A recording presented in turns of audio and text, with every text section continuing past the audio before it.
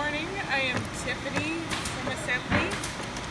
I am going through figuring out a better way to have these markers sitting. These are touch-up colors, paint, and we currently have them in a drawer just like this. And when we need a color, we're searching and looking for the right color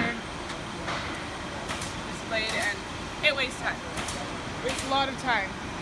So I'm thinking of designing a way where we can have them displayed somewhere, using a bit of a color to paint over top of the marker and having it hanging, so that when we need a color we can say, oh, that's about the color I need, that's the marker, without searching through them. Nice. Yeah. All right. So this is the finished results of the project. Just a few pieces of wood put together. Labels here, and our most common colors will go along this tray. And I even had a bit of a color painted over each so that you can see, okay, that's the color. If you don't know what color exactly you're looking for, because there's a whole lot of whites, you can use the label. But that's just to help us find the colors faster for quick repair.